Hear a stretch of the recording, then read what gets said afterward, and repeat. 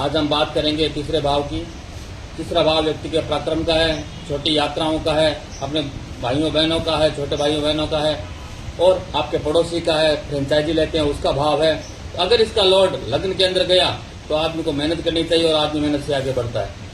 Third house Lord अगर दूसरे भाव के अंदर गया तो आदमी अपने परिवार के लिए अच्छा पराक्रम करेगा और परिवार को आगे बढ़ाएगा।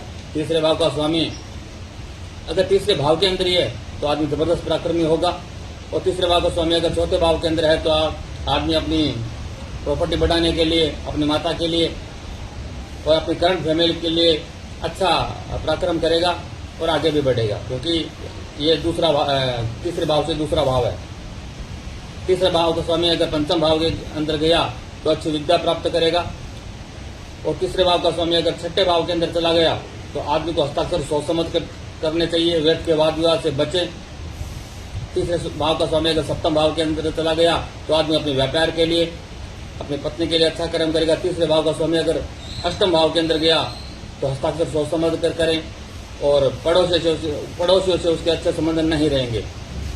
तीसरे भाव का स्वामी अगर नवम भाव के अंदर गया तो अपने पिता के लिए और अपने भाग्य के लिए अच्छा कर्म करने वाला होगा और आदमी आगे बढ़ेगा। थर्ड हाउस लॉर्ड अगर 10th हाउस के अंदर गया तो आदमी व्यापार के लिए जबरदस्त पराक्रमी होगा, हो सकता है कोई स्वयं का व्यापार करे।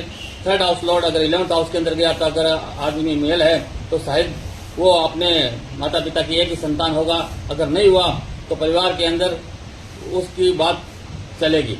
थर्ड हाउस लॉर्ड अगर 12वें भाव से जुड़ा तो 12वें भाव में व्यर्थ का पराक्रम करेगा, बिना भागदौड़ रहेगा और नुकसान भी करेगा और यात्रा के अंदर ज्यादा रहेगा। यहाँ पर तीसरे भाव के अंदर नीच के ग्रह जो होते हैं वो अच्छे माने जाते हैं। अगर ये 6 और 8 12 के स्वामी होकर तीसरे भाव के अंदर जाते हैं तो एक राजयोग उत्पन्न करते हैं। जय श्री राम।